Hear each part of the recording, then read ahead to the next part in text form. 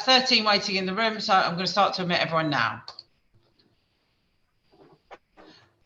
Okay, welcome to everyone joining us this morning for NAM's Student Engagement Forum. Thank you for joining us. We're going to give it a few minutes as we know that there are a number of people that want to join us. And I'm just going to share my screen and then we will talk in a moment some more. So just bear with us while we give it a couple of minutes. I hope your Friday is going well. You've had good weeks and we are, oh, hello, what am I doing? Somebody tell me what we're sharing. And technology is working for Lisa again, everybody. So we're doing well here. I now can't see, actually, I'm going to stop sharing for a moment because what I can then not see is who's waiting in the room and how many people are with us. So my screen stopped sharing. Okay, so we're going to give it a few minutes, guys, as we allow other people to join us. And just bear with us at this time. I'm just keeping an eye on everything. My team who I'm going to introduce to you all in a minute. We need to work together to keep an eye on chat.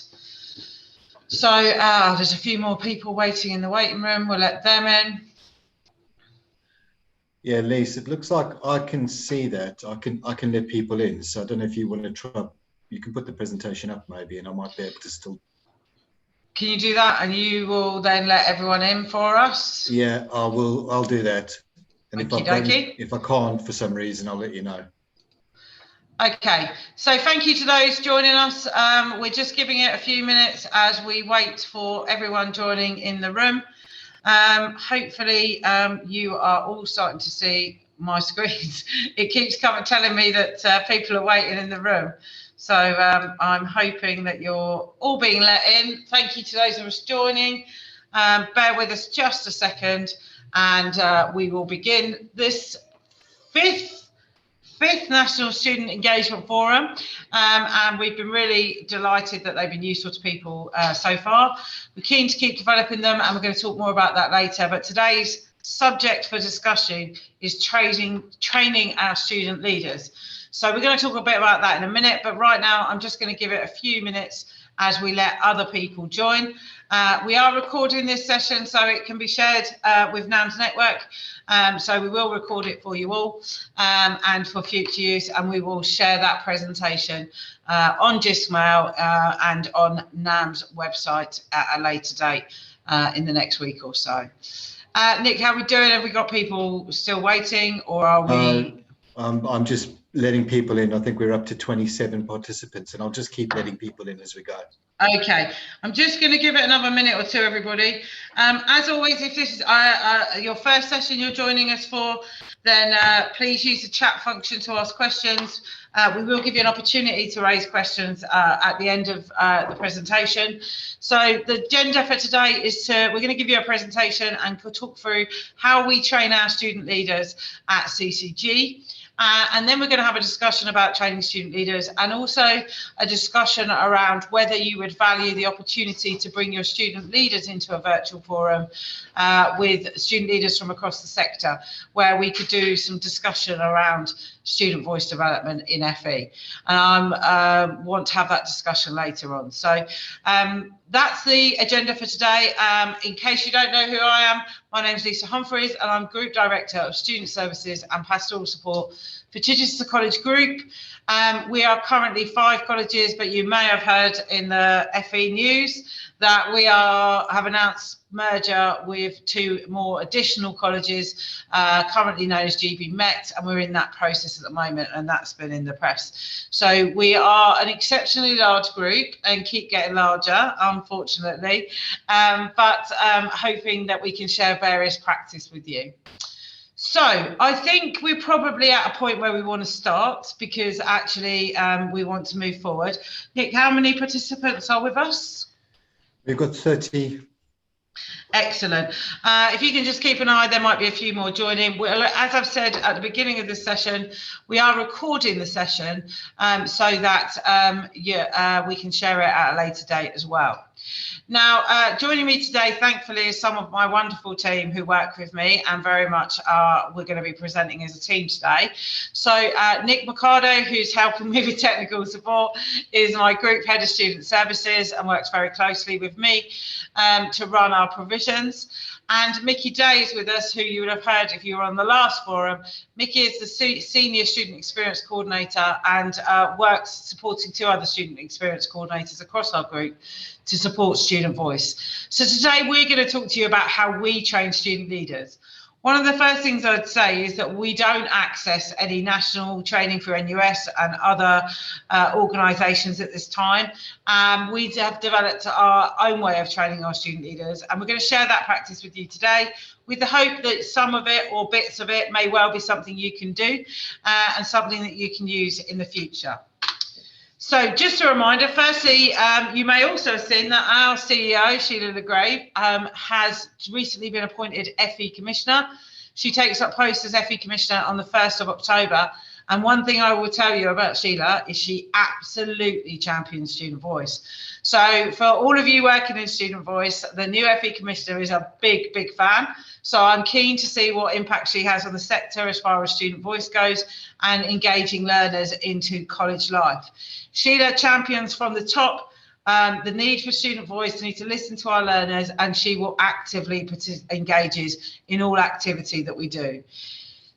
Really, it's a hearts and minds approach. Sorry, Nick, I'm coming to you. I'm going to hand you over. No.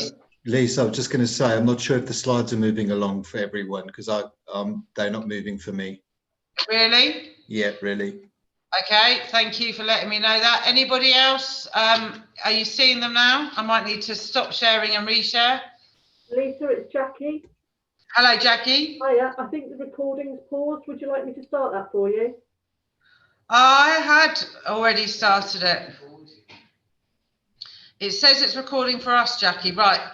Apologies, everyone. We're just going to start this again. Right. So let's see if we can reshare. Jackie, it's saying on our screens that it is recording.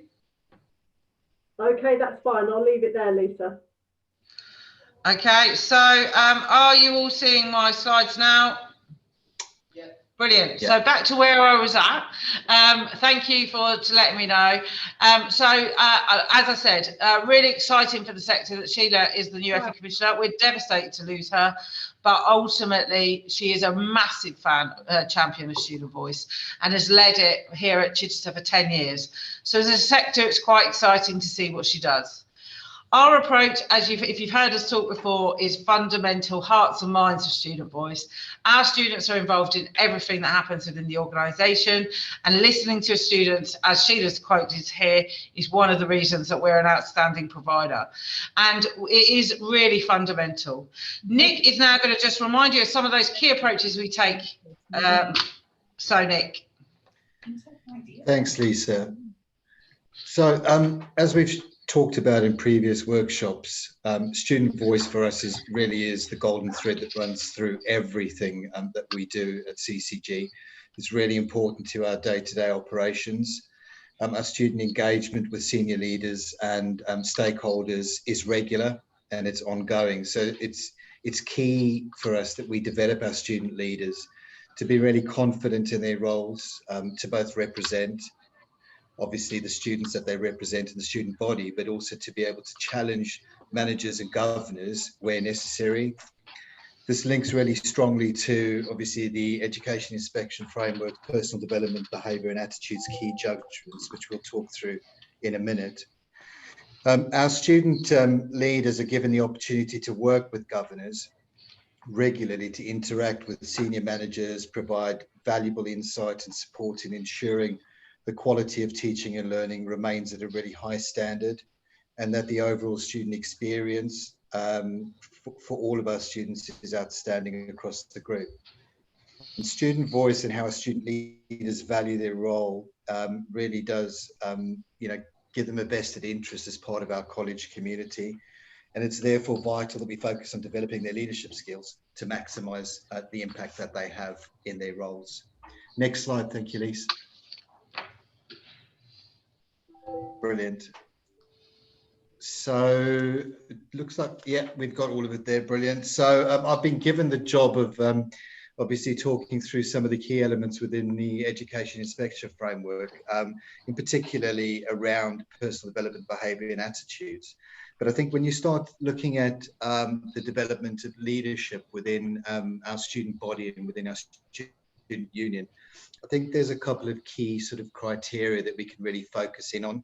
So when you look at things like future employability, but you know, and all the skills that are associated with that, things like respect, that idea of citizenship and global citizenship in the world that we live in today, and then really about preparation for next steps. So developing those leadership skills and the confidence of our student leaders allows them to kind of not only become better leaders in their roles within college, but gives them foundations and opportunities to use those skills in a wider community, and whether it is future studies or for future employment. During the rest of this presentation, we're going to talk you through the various opportunities we provide for our student leaders to not only develop and grow as a leadership team, but also to work with them on an individual level to help develop those particular skills within the alongside their journey at college. Next slide, please, Lise. Thank you.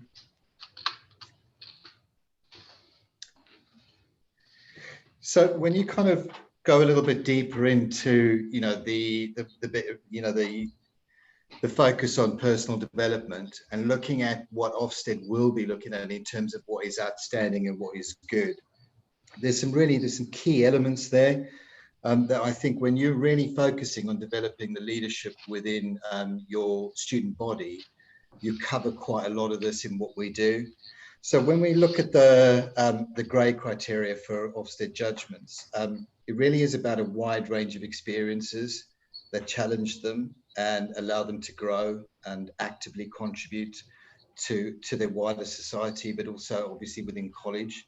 When we look at particular leadership qualities, so examples above such as resilience, confidence, and independence are key elements of that. And then when you start to go a bit further and you extend this to other vital skills, such as, you know, the ability to listen, to empathize, to understand the viewpoints of others, taking responsibility, being part of something bigger, and ultimately being co-producers in their own experience at college. And beyond that, understanding the responsibility that they have in shaping the college for future students. So planting those trees for, you know, for the benefit of other students and beyond. A key element for us, though, and for everybody to really consider is we've got to find the balance when we're developing the leadership qualities within our student leaders, is that balance between that supporting them and guiding them, but allowing them enough autonomy to develop their own ideas, to problem solve, to make mistakes and to build resilience, to work as a team to build trust with each other and to have confidence in their decisions, ultimately leading to them taking responsibility and having the ability to influence others around them. So Lisa and Mickey now are going to talk you through a little bit around the sort of the practical things that we do to help give students the opportunity to develop those wider skills. Thank you. Thanks, Nick. So our fundamental approach around our student leaders comes under a number of headings, a number of formal training and informal training and development, and the way that we get them to reflect on their skills. And we're going to talk you through those elements. When we talk about student leaders, we have a number of levels of that. The first, of course, is our student executives. There is 115 of them across our group, and they lead our student union and are led by the student presidents and vice presidents and officers that we have in position. Underneath that, we have a group of student reps, up to 500 student reps that will represent across the group in the different conferences that we have. So when we're talking about our training and development, you'll see the different things that we do for those different groups. So we're going to go for it straight away into the different areas, and I'm going to hand over to Mickey, who's going to start talking to you about how we start the process and where it begins.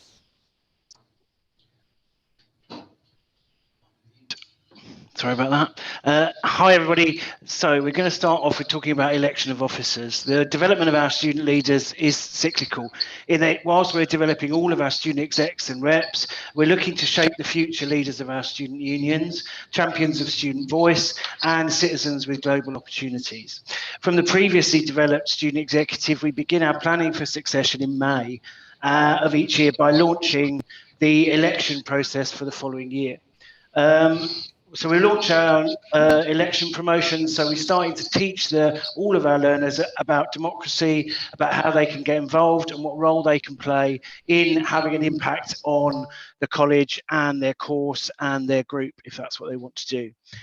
So we go through the election promotion so everybody knows about it, and we start with nominations week, and we talk about the parts of democracy where you put yourself forward as a volunteer to be involved in something and to make a change. Nominations week, they learn about the rules of nominating yourself, about how you have to get other people to support you to be nominated.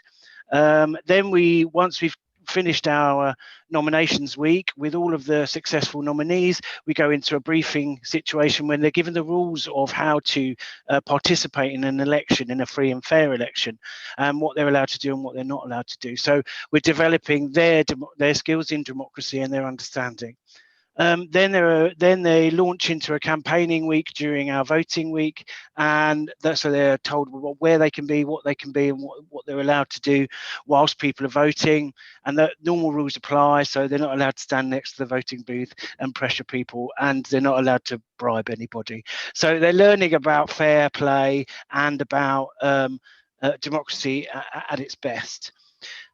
And then we do the publication of results, and that's about accepting defeat in some cases, and about developing those skills to perhaps accept a win magnanimously and not rub it in other people's faces. Some of those skills really important moving forward. Thanks, Lisa.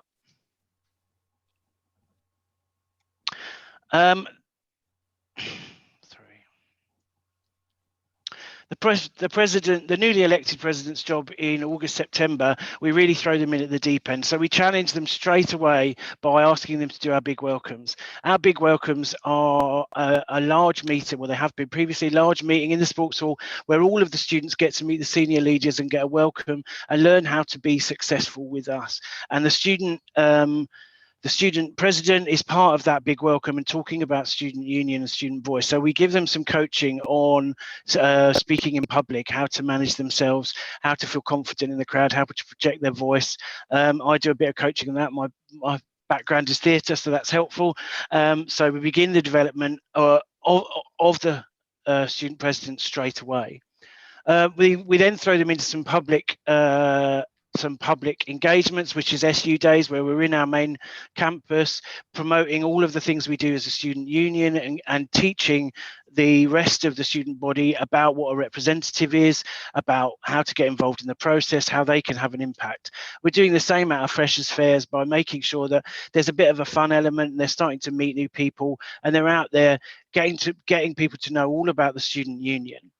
Now, ACES is part of our wider programme of pastoral support, and it's a once a week meeting for all students in a group, potentially in a course group, where they get to discuss the issues of the day. So anything from learning about finances to democracy. And in week 3, we talk about in our ACES program, we talk about democracy, and the session is called Your Voice, Your Choice. And this is where they start to understand democracy in its widest context, drilling down into some of the local impacts that you can have.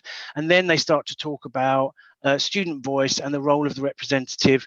And in that session, the student group will elect their representative. So, and then at the end of that week, they register the reps with the student union. So as a student union, we collect a register of all of those people that have been nominated, and then we invite them on to their next steps. Thank you, Lisa. So we move on to our first student conference, which happens in late September, beginning of October. The registered reps are all invited to that first conference. We run 3 conferences a year, but in first conference, we really focus on developing those reps, giving them the overview of the SU, making sure that they know who the president, the vice president, the secretary are, and what the functions are and how They are involved in every part of student life and college life. And then we focus on the role of the rep and ask them to come up with what they think are the successful or the characteristics of a successful rep and what the expectation is around that. We also ask at this point for volunteers to go on to be our student leadership team, which are our student exec volunteers. Thanks, Lisa.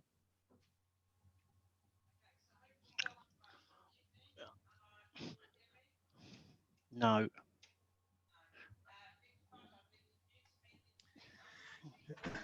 Can somebody unmute Lisa? Because I don't think anyone can hear her. I've just Nick. tried to. Yeah, I'm sorry. I've probably messed that up. So I have tried to do it and I can't seem to do it. It sent a request to ask to unmute. So Lisa, I think you'll have to close and then unmute yourself. That's my fault.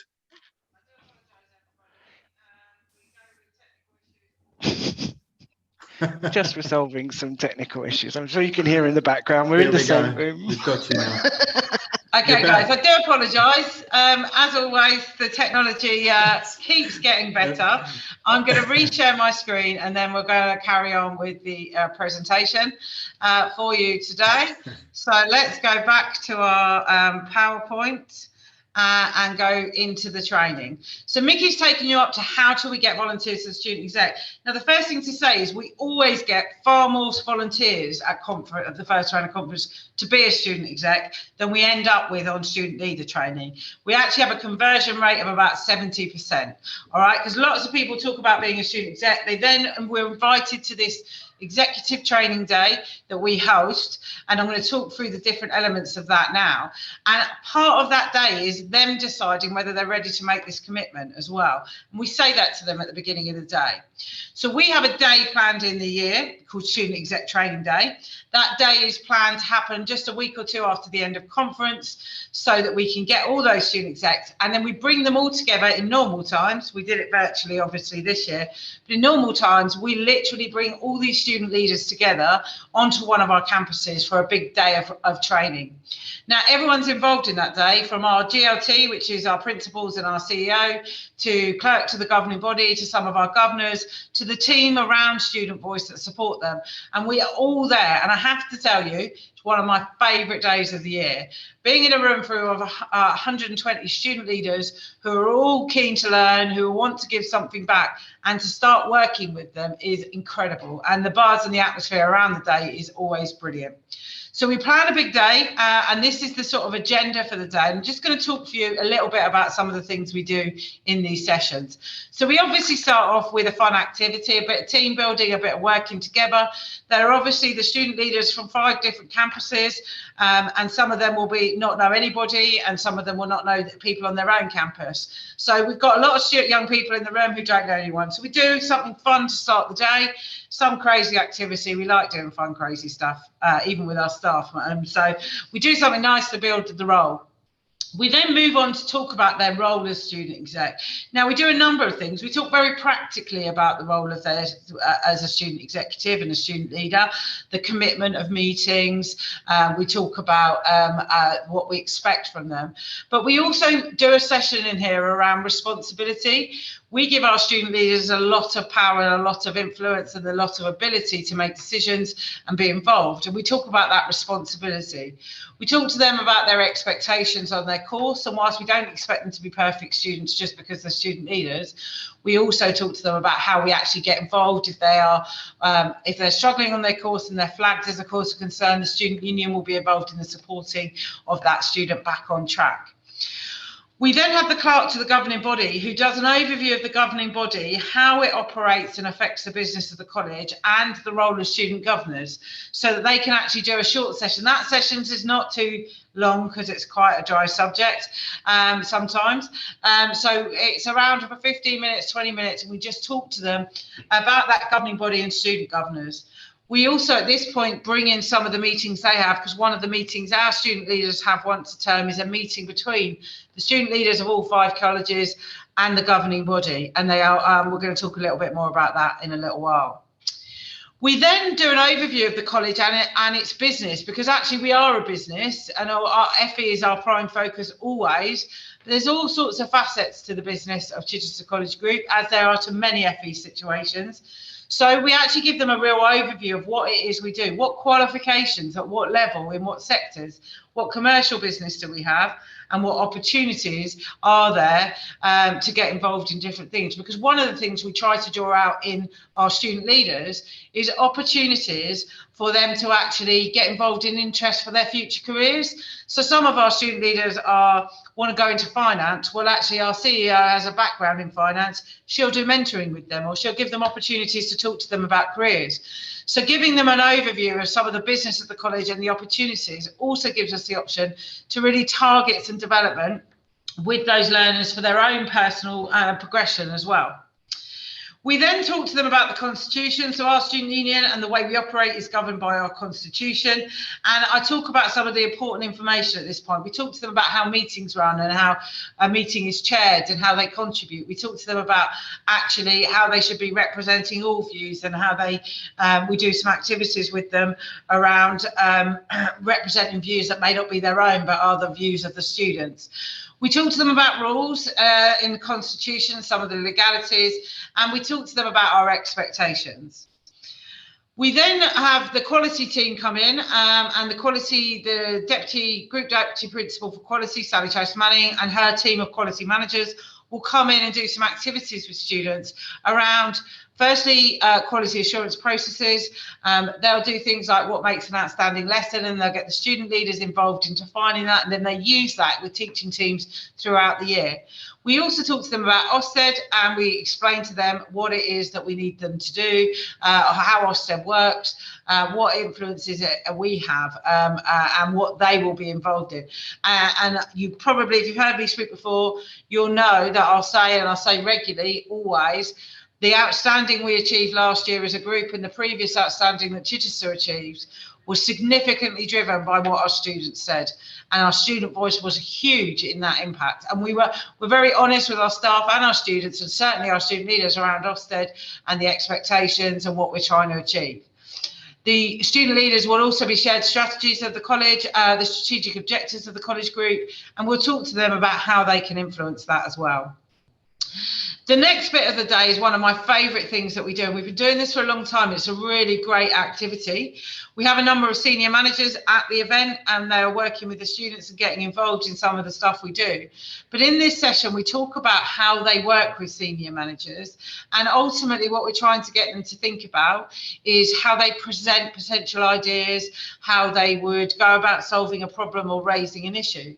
So what we actually do is we have a number of scenarios of things that have happened around college or in the college, and we sit them in groups with a single senior manager, and what the senior manager supports them as they work through the problem and suggest potential ideas, and then they represent it to the whole group, sharing how they've suggesting to the senior management team in their scenario about what resolving the problem.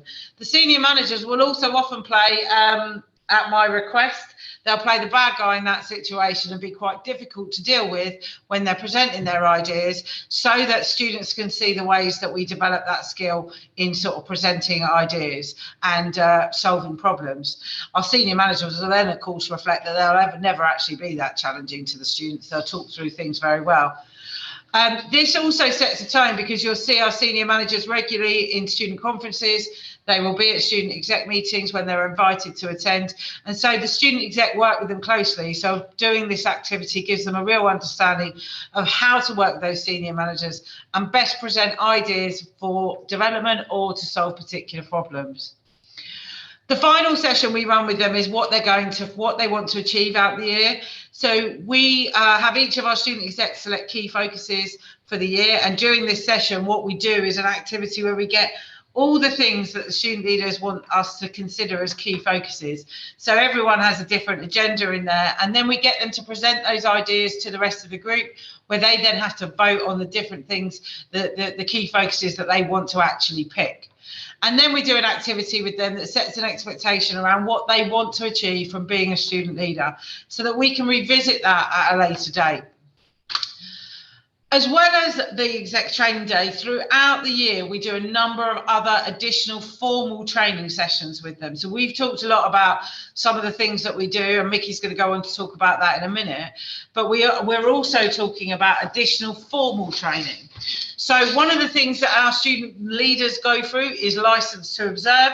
So this is our development program for observations of lessons. So all our staff who observe lessons must complete license to observe, but our student leaders are brought together in around the beginning of November time, and they are also trained to observe lessons so that they can then peer review with teaching staff. Now, one of the things to say about this, we've given them that formal structure about lesson observation. There's a whole host of skills they develop in that training, but then actually participating in those peer reviews and the lesson observation is an opportunity again to develop skills in that learner, where they're looking for those things. They've got to provide feedback, they've got to work with an experienced member of staff. And what we've found over time is both the student leader and the peer reviewer really benefiting development wise from each other in those scenarios, and looking at how they work things through. We then do something called SMT drop-in throughout the year. So a member of the senior management team along with a member of the executive will drop into an area and ask a set of questions. So we do a formal session with the student leaders around the drop-ins process, around getting students to talk in a group and asking questions in a particular way. And we obviously have a different theme when we do that as well. Because all of our learners, we have learners sitting on every self-assessment validation panel. So our self-assessment reports, I'm sure it's the same as you guys everywhere. Every area has to do a self-assessment report. They're validated at a panel, and we have our student leaders sitting on that panel. So we have to do some training with them about reading the self-assessment reports and pulling out information. Now, again, it gives us another opportunity to relate that skills to practical progression and working life, you know, analysing information and being able to pull out key themes from it. So we do self-assessment training with them. We also do learning walks and fitness reviews. So these are two areas where we are looking at reviewing the quality of provision in a number of different ways, and our student leaders are involved in that. So again, we do sessions with them to understand what we want them to look for, how to analyse that information and use it, but then also to reflect those skills with them in what will be day-to-day life for them or their next steps. And all of this is captured so that we can see that skill development. One of the things that we do as an organisation, if we have a strategy that's created that is part of our working life, so for example, we have a mental health and wellbeing strategy like many organisations, the student unions and the student leaders have to review those strategies and input to them before it is finalised and then actions begin to be taken. So one of the other things that we do with student leaders is to look at strategy and how you set a strategy, but actually how you then relate that strategy into the day-to-day so that they can then feed into any strategy development we do as an organisation. And that's an ongoing process, and they're often involved in different things. All of these activities, whatever you call them, you'll have some variation in your organisation. The important part to remember about all of this is we're constantly contexting with the student leaders the skills that they're developing and how they'd use them outside of the college as well as in the college. But it then enhances also for us our student involvement in the whole process. So I'm going back to Mickey now, who's going to talk about meetings and events. Hi, so after all of that formal training and we've got them all together as a student executive, and now we go into our cycle of attending formal student executive meetings on a weekly basis. So each executive will meet with their president and their officers once a week in a formal setting to discuss the progress and the issues that are facing their campus and the wider college. So we're developing their skills in appropriate behaviour in different situations, how to listen and contribute, as well as more formal elements like looking at agenda, how to request items are added, minute taking and reading, and owning any actions, working to deadlines, updating on progress. So that's part of that wider formal exec meeting. Lisa talked a little bit about key focuses, where they'll agree that they will set themselves a number of targets over the year to achieve. Those key focuses can be anything from looking at the food offering at the college to focusing on our environmental impact. And they'll agree a set of achievable targets in the year that they want to work towards. We then give them the opportunity to break out into key focus action groups that, if they're not a formal officer, then they can still get an opportunity to lead. So any of the execs can lead on an environmental group where they want to make some eco bricks, or they want to challenge littering campaign or something like that. And they work in a group with others from the exec to make those events happen. So they meet outside of exec meetings to make progress on their focuses, and then they learn to write and present proposals, evaluate and accept feedback on those proposals, and then turn them into an action plan. So that's we then have things like area rep meetings, where they have to attend as a rep and as a representative of the executive, so that they're developing their skills in that meeting to help others to bring feedback, so encouraging others, but also bringing feedback from themselves. The area rep meetings are in FE, which happen with the head of learning for the area and the reps, and they discuss those local issues that have an impact on curriculum. And the SSLCs is the HE version of that. Then we have student committee, which we've touched on briefly, where we're working with governors. So it's a governor-led meeting 3 times a year for our student leaders to update and discuss their progress, and for governors to gather feedback from the students on the information and the issues and the decisions the governing body face.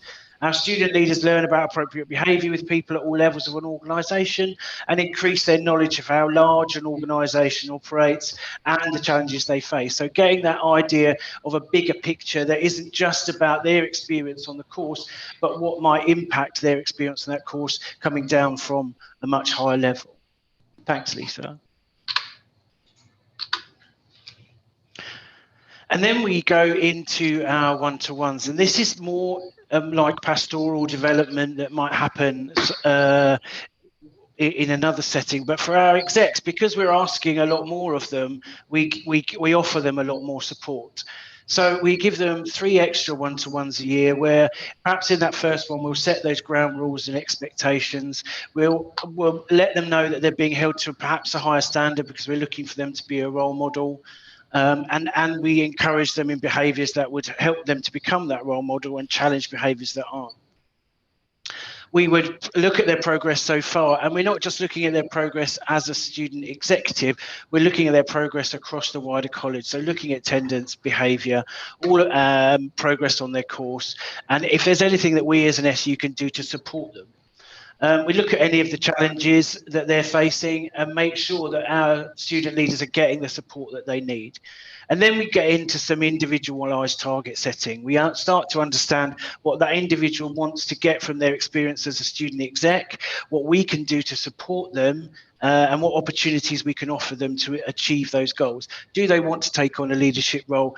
Are they an exec at the moment, but they'd like to be vice president next year, or think about becoming president? And what skills do they think they might need to develop before they put themselves forward for that role? So this is that individual tailoring of targets, where we push them forward at 3 key points in the year and set them new targets to stretch and challenge them. Okay, thanks, Lisa. Thanks, Mickey. So as you can see, what we've got is a whole different set of ways in which we train and develop our student leaders. And I think the important things to remember, whilst there's a lot there, and you know, we've talked before, whenever I talk about this, we have developed student voice and I've been lucky to be in an organisation that's really focused on student voice. So I know that can seem a lot, but I think the key points to remember is what we do is whenever we do anything with a student leader and our student officers, we ensure that they recognise that the development and the skills that they're getting, and we're giving them the opportunity to enhance them. If you heard me talk about enrichment a few weeks ago, when we talked about fundamental approaches, well, you know that we track all of this in our organisation, and it enables us to give a really clear development picture to our student leaders of all the skills they've developed by some of the activities they've been involved in. And there's a whole host of other stuff that happens that gives them that approach. And lots of events they're involved in. I mean, just one thing, which I'm sure a lot of you do, we use our student leaders as tour guides on open days. But again, we'll come back to it with them and go, so what skills do you have to be a tour guide? Is it just about your knowledge, or is it about how you talk to people, and is it about how you present yourself? And we'll just reflect on it, even if it's just in a 5-minute discussion around what we want to do moving forward. So we take this whole package, and as a result of that, what we've got is really well-developed student voice that enables our student leaders to really influence and actively play a role in college life, but feel confident to do that. And actually, I can give you 100 stories of student leaders or student executives who've been involved in the student union, who before being involved in it, their confidence and their motivation was low, and quite often we've seen massive improvements because of the skills and the opportunities and the development that they have, but mostly because we recognise that and we will talk to them about it. Now, don't get me wrong, we still have some issues, and we also have to deal with the other side of this in our student leaders as we develop their confidence and their skills. Sometimes that can bring us challenge, and we can have some difficult students who work with us. And again, it's about breaking those things down, talking them through that, and looking at how what skills it develops and how it helps them personally moving on. As you see, we ask a lot of our students. One of my key recommendations is we also reward them a lot. There's always a free lunch. There's now some free trips and some other stuff that we do with our student leaders so that they can get the fun element of this as well. So that is our overview for you of our approach to student voice, leader training, and how we train our student leaders.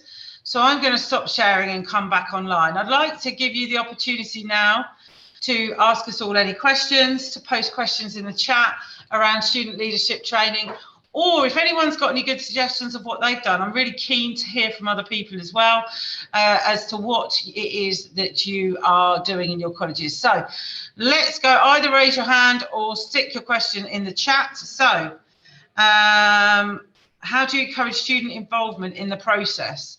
I think that's a really, really interesting point. One of the things I'd say to you is we start way before a student even gets here in talking about the student union and the student union being central to student life. So we start in schools liaison, in meetings, in taster days. The SU play a really key part. But our sort of first formal thing to everything is the welcome packs. Now, again, you would have heard me talk about this before. The student union send a welcome pack over the summer to every single student due to start with us in September. And it talks about how college is different, and it's going to be student life is key, and we want you to have fun, and we want you to get involved, and we want you to do this. It talks about how we represent, and it promotes all our trips and activities, ensuring again that we're already starting them thinking about what it is that they're doing. And as Mickey explained earlier, we then hit it straight in with big welcomes, and we also do freshers events and student union events, etc. as well, which again just keeps raising the profile. I have to say, we don't really have a problem in encouraging students' involvement. Our biggest problem is encouraging too many students to be involved. But it's because it's everywhere. It's everywhere, and it's what everyone expects. We curriculum know that they need course reps for all their courses, and so that expectation is there. What do SU Days entails? Is it just a team to meet for the wider college learners to raise concern? The SU Days are actually, we call them SU Promo Days. So it's basically our student union out and about. We bring in rodeo balls and various other fun things for our students to do. And we're just generally promoting the profile of the student union. So on each campus, we'll have 2 or 3 of them throughout September, so that to all students, we're telling them how they can get involved, whether it's getting involved in student union events or whether it's wanting to be a rep. So actually the SU Days are just effectively promo days where we have a load of fun activities and a load of information, and our student leaders and our student experience team out and about and talking to students about what they're doing. So what kind of things would you recommend for a small student union like ours? Bernice, can I just ask you, is that question in relation to training or what your setup or structure is? It would be good. Just in general, we have sometimes problems with engaging students. And for example, my executive students, it's only about like 15 to 20 people, and you seem to have a very big student engagement. Yeah. Okay, so engaging people generally, again, I think it's about setting a tone of expectation. I think how high a profile is your student union and student voice in your organisation? Is it part of your discussions when you're trying to recruit students at open days? Do you have a presence? Are you doing something to welcome students coming over the summer and raising the profile of what the student union will do? What I see in organisations all the time when it comes to the student union is that actually we're looking at a scenario where we have two approaches. Fundamentally, you have one approach where student union is the little organisation that runs a few clubs and does a few stuff, and student voice is managed by curriculum. Or you have an approach that's more holistic than that. I would always recommend that your student union is responsible for your student voice, and the student union should be an integral part of that process. If you're looking at how you enhance engagement, never underestimate how much lollies and small things will bribe students. I mean, you know, if you've heard me speak before, you know that I'm actually an ex-student president of Chichester. That's where I started in this organisation. And way back then, I had 20 executives, and it was one campus. And the number of times we'd stand in our refectory to talk about SU or try and sell an event or a party or whatever, and all it takes is a bowl of lollies on the table to get them to come over and talk to you. Students are still in that place. We stick a load of freebies on a table and they're all there all the time.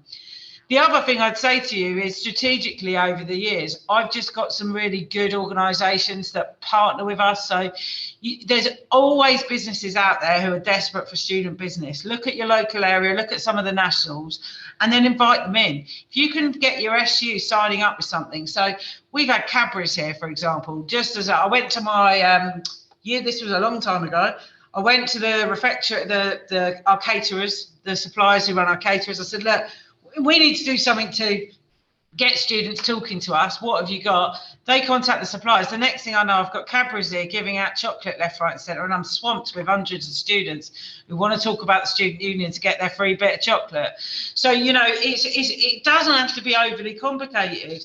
It's about how you get them involved. When it comes to the student executive, what I'd say to you with the student leaders, you've seen how much we expect of them.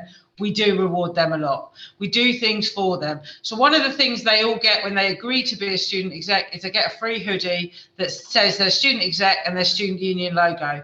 And then we expect them to wear them for events so that they're promoting the student union as well. But the beauty with that scenario, of course, is they all love the hoodies anyway. And there's this whole big thing about what colour the hoodies are going to be each year. So that's a big discussion. We always offer meeting, a student conference or whatever, there's free food. We run celebration events for the student exec. So because we haven't been able to see all the student leaders together this year because of COVID and restrictions are lifting, we've planned a celebratory event in June where the student leaders are going to come together at our agricultural campus. We're going to take them on tractor rides and we're going to give them pizza and we're going to just celebrate what they do. And they have really high profile within our organisation. So they get those opportunities. Even to the point where we'll take them on a reward trip normally to somewhere like Thorpe Park. If you've been a student leader and you've been involved all year and you've engaged well, then we'll do that sort of stuff as well. So it doesn't have to be complicated. Students are quite simple, really. Just give them something free, or they think they're getting something free, and they'll get involved. Okay. There's a number of questions that I'm trying to follow now. So let's see of where I got up to. So what kind of things? We have class rep meetings across all areas 6 times a year, including access, HE apprentices, grow-ups. The meetings have myself, a neutral person, the learner, manager, head of school, and a minute taker. We have a RAG-rated action chart. This is for all academic issues. Student council officers meet weekly and raise cross-college issues. That sounds like a great way to do it. The RAG rating of the actions is great, and it's not. I mean, it sounds like you've got a really good structure there, Daniel. That's getting some really good feedback. What I'd say to you is, are the cross-college issues that your student council officers are raising, are they also sharing feedback on the individual academic issues? Quite a lot of the time, what we see in the area rep meetings is that issues that are affecting one area are reflected in other areas. So we are often sharing feedback to the wider student reps, and we do a regular student rep sort of notification, things that are going on in those areas. How do student executives differ from student reps? Are they exec members essentially of the student union? No, every student in our organisation is a member of the student union. The student reps represent their course, and their requirement is to attend 3 conferences and 3 area rep meetings a year. That's all our student reps do, although we will ask them to surveys and stuff like that. They can get involved in more.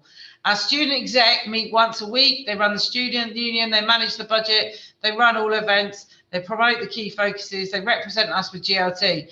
So the student executive are literally, it's almost like a part-time role. It's almost like their part-time role. The hours they clock up as far as development goes are really significant. But the student executives will meet weekly, they run the student union, they represent the student voice, and they consult on anything. So for example, just before Easter, the college are looking to invest in a mental health app to support students. There's about 50 out there, as some of you will surely know. We picked 12 of them, and we sent them, our student exec, away for 2 weeks over Easter to try them and to come back with the recommendation. So the student leaders, the student executives will do stuff like that for us, much more than the reps will, and they will get the feedback to represent which one's best. So student execs are far more involved. Right, I'm trying to keep up with questions, guys, so bear with me 1 second. Class reps, student reps. Yes, do your officers get elected each year, and how do you do the process and keep the engagement up throughout the year instead of it sometimes being a shiny badge? We don't give them an opportunity to step away. They're so busy all the time. There's no way that they, you don't sign up to be part of our RSU officers without realising that there is an immense amount of work involved. One of the things we do that has helped us is to stand for student president. You must have served on a student executive. So you can't be student president without having done the student executive. Now, we do allow any student to stand for vice president and any student to stand for other positions, but to be president, you must have served on the student executive, because actually we don't think it's fair to put anybody in that position without actually having had that experience of doing student executive and being involved in that student leadership. Our officers are elected, as Mickey said, in May and June, so that by the time we end the academic year, our officers are already in place for the following year, because we get them involved in doing stuff and prep over the summer, and they're ready for Freshers Week and in full swing. And as you heard from Mickey, our presidents welcome every single student alongside our principals in what we call the big welcome to college. How many years is it taking you to get to this stage? Is also well embedded. I've worked for Chichester College Group for 20 years, guys. So I was president 20 years ago. So, a lot of this is ongoing. And whilst I say this often when I talk, you look at this and it's like, it seems unachievable. Take it bit by bit. We haven't done this overnight, and we haven't stopped yet. We're continually looking at what we're doing. We continue to review whether we are doing the best thing for our learners. And we don't just keep going like that. We actually have to work at it. So if you've got a rep system, look at how you could develop that student leaders. If you've got student leaders, how can you get them involved in more things? Look at the quality of a process. Look at where they could have an impact, or even just get an area or a team who are willing to ask the students for their feedback in the first place. Get them involved in something small. I mean, if you've got specific situations, by all means, give me a call, drop me an email. I'm very happy to talk through specific situations you're struggling with and give you suggestions that have worked for us. I mean, we've learned even more in the last over the last 4 years, we've been through 2 mergers and are about to go into our 3rd, and have had to merge student voice practice and student unions with colleges who have not recognised student voice in the same way that Chichester has. So, we've got various tools in our kit that we were very happy to share with you. But, take it bit by bit. What's going to have an impact? How do you get them to really work with you? I was just going to add into that, Lisa, that the cultural value of student voice is really important. It's so important to engage senior leaders because they're the people that show respect to what the students are doing. They show the students respect. It gives the students kudos. And that's what they get out of it. They're being treated like adults. People see them being treated like adults and respected by senior leaders, and that students want to be engaged in that. So that's how you keep up that engagement. And wearing that hoodie around college gives them a sense of pride and a sense of respect from their fellow students and staff. So it's that culture that you've got to get hold of and get those senior leaders involved, and then you're going to have a student voice that runs and runs and keeps itself going, I think. Thanks, Mickey. Next question. Do you have some kind of skills-based accreditation for your student leaders? If not, how do you track and progress and development? Well, if you heard me talking about enrichment a few weeks ago, I am very lucky where we have some amazing developers who built me a system that I wanted to track skills development of learners. So I didn't buy a system, I have built a system. What I'd say to you is when we took over and merged with some of our other colleges, the system weren't fit for use. So we used spreadsheet tracking to look at student leaders in particular. We track their progress through a system called Extra, but ultimately it comes back to one thing.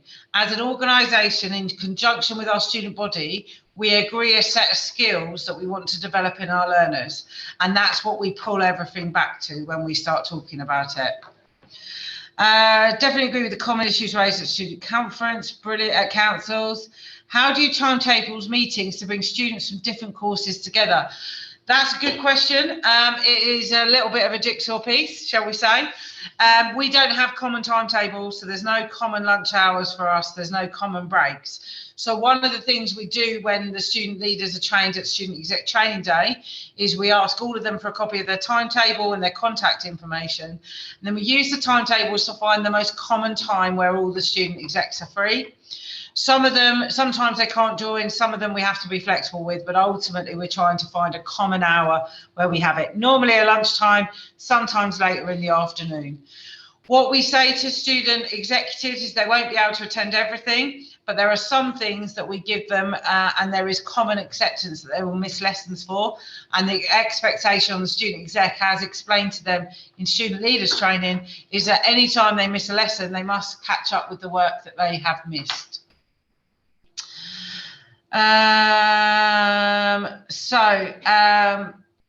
What other, Mickey, can you see questions? Am I missing questions? There's a question about pronoun badges down at the bottom. Slightly off topic, but do you have pronoun badges and how are these distributed? Students have raised this via our student voice system, so likely to bring them in next year. The answer is no, we don't have them. So, and we haven't distributed them. If your student leaders are raising them, Daniel, I'd really be interested in what you're intending to do with them and how you're going to use them moving forward. But the answer is we don't. Is there any other questions?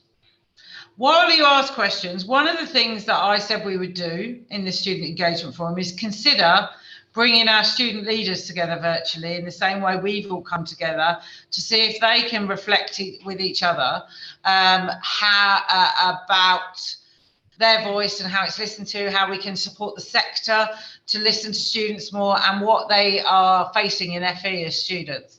I'm very interested to hear from you as to whether you think your student leaders or your student exec or your student reps would be interested in attending a virtual session. So, I mean, I need to get a feel for that before NAMS put that on.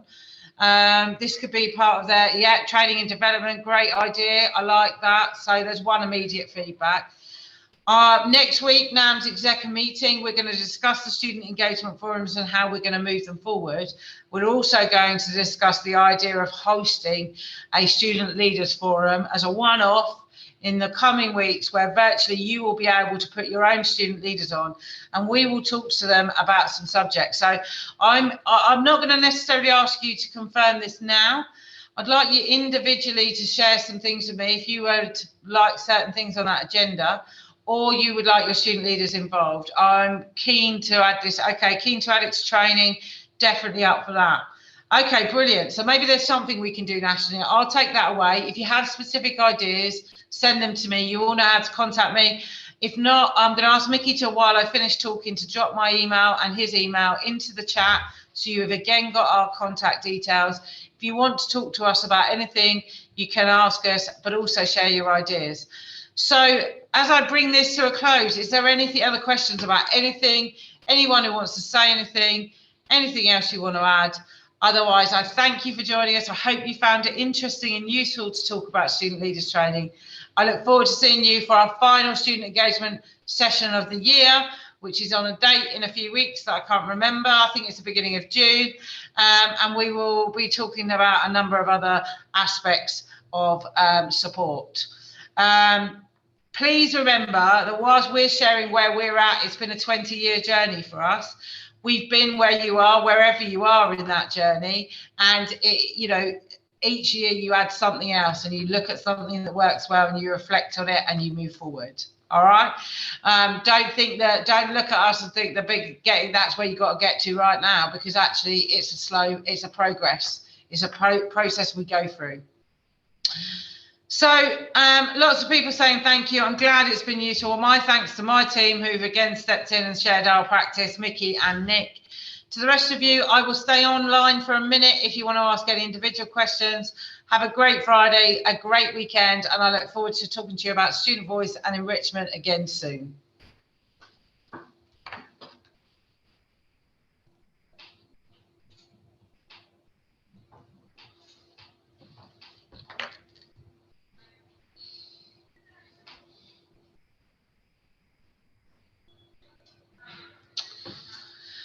I'm hanging on. If anyone wants to speak or ask a question, please do, and we will do our best. Otherwise, send us individual requests and we will talk through it.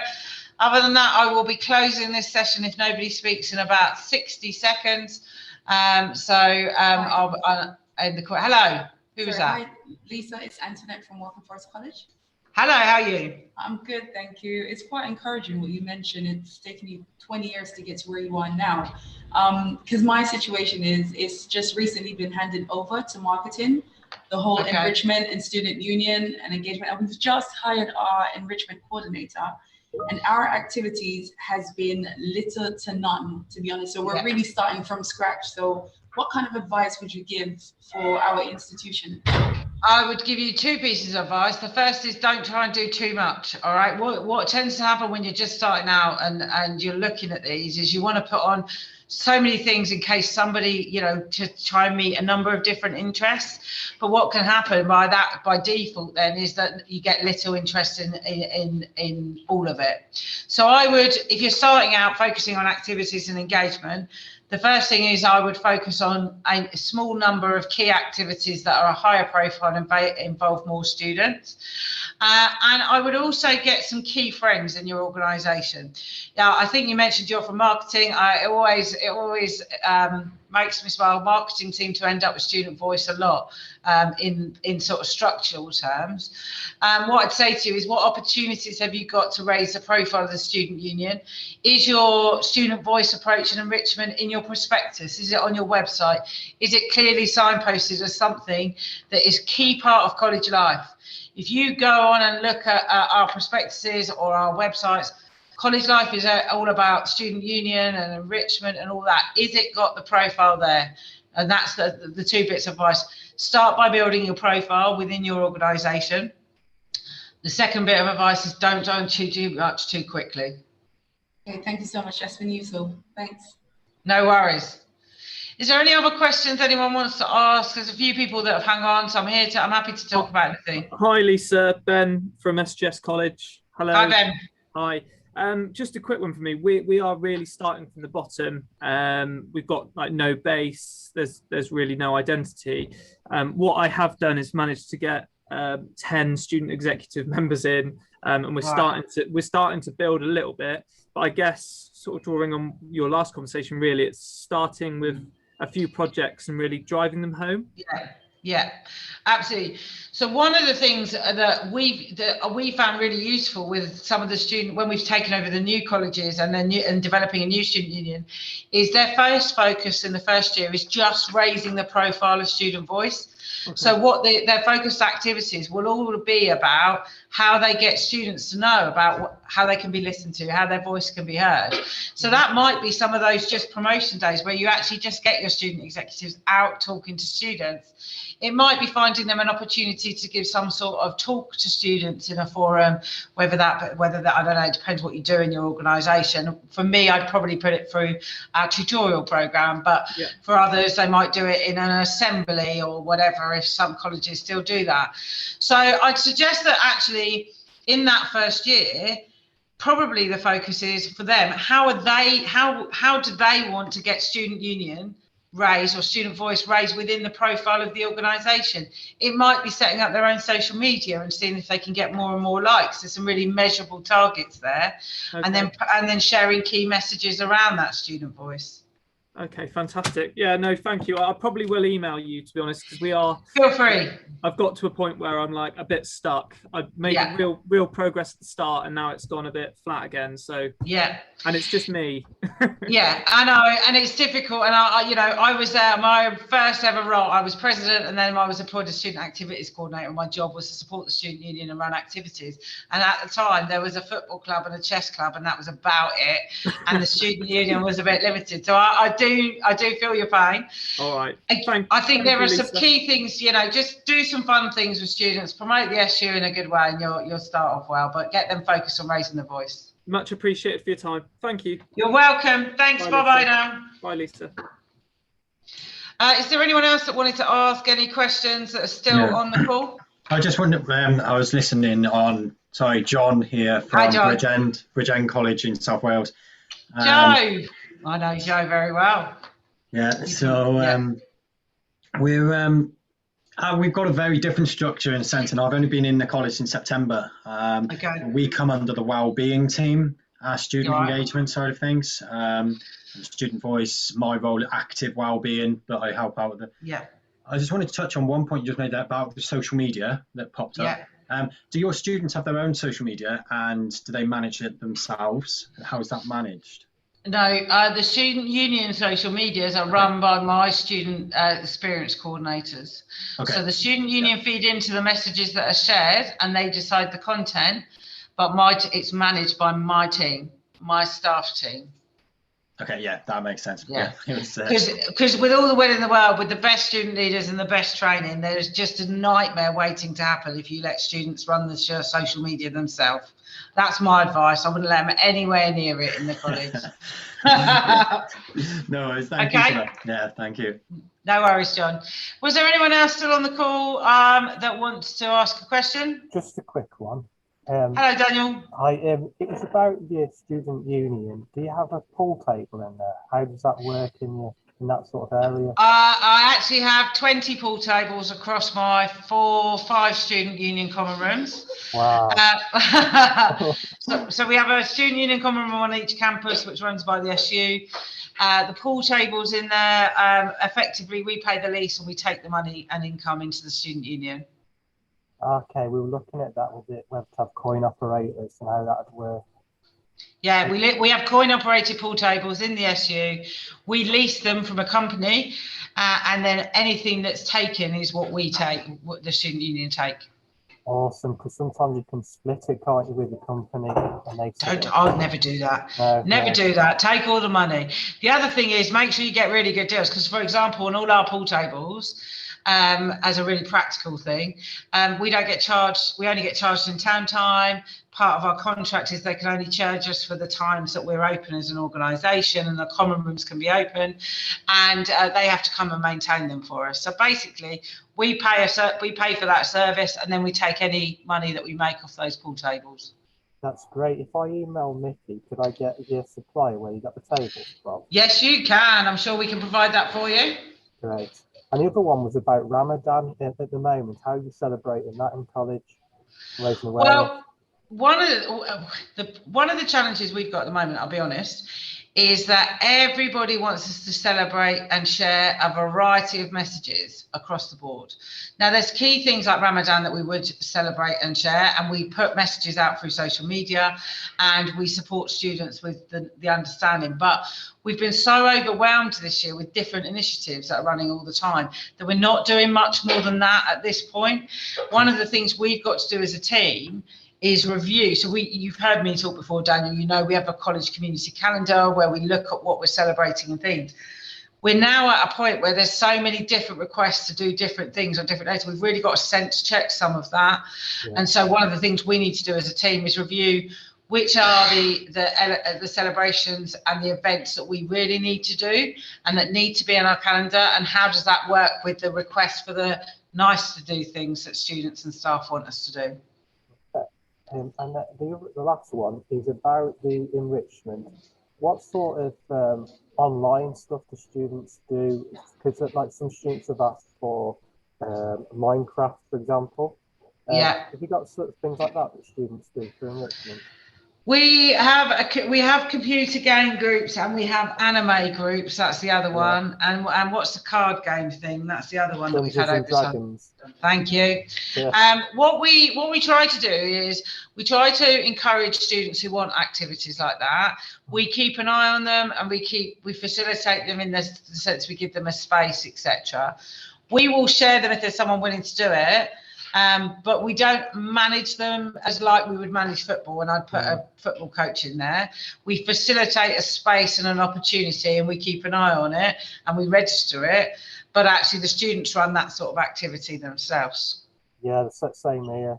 We're looking at our enrichment sort of program next year. And I'm just interested to know, the thing with the pool tables is interesting because some people in the college think it'd be a mistake.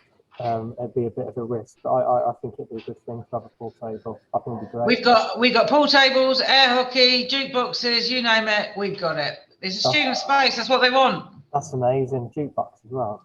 Yeah, absolutely. A number of our common rooms have PlayStations and TV screens and all sorts as well, Xboxes. Yeah. We're looking at that to have it on a bracket with a pad, stuff. Yeah, that's ace, that is. I really appreciate your help, actually. And sorry if I keep bombarding you with the emails. I've got the link. Not at all. I volunteered to do this because it's my passion to share with everybody student voice and enrichment and to support that development. It's the benefit to us all. So I'm very happy to help always, Daniel, don't worry. So are my team, and Mickey, I'm sure Mickey will give you our suppliers, all right? Great, nice one. Thank you. Thank you. I'm going to have to leave it at that. Is there anyone desperately waiting to ask me a question? Otherwise, I'm going to end today's session. No, brilliant. Thank you to those of you who stayed with us. We have recorded today's session and we will share it through the network. Have a great day and we'll see you again soon. Bye-bye now. Thanks very much, Lisa. Been an amazing session. Thank you.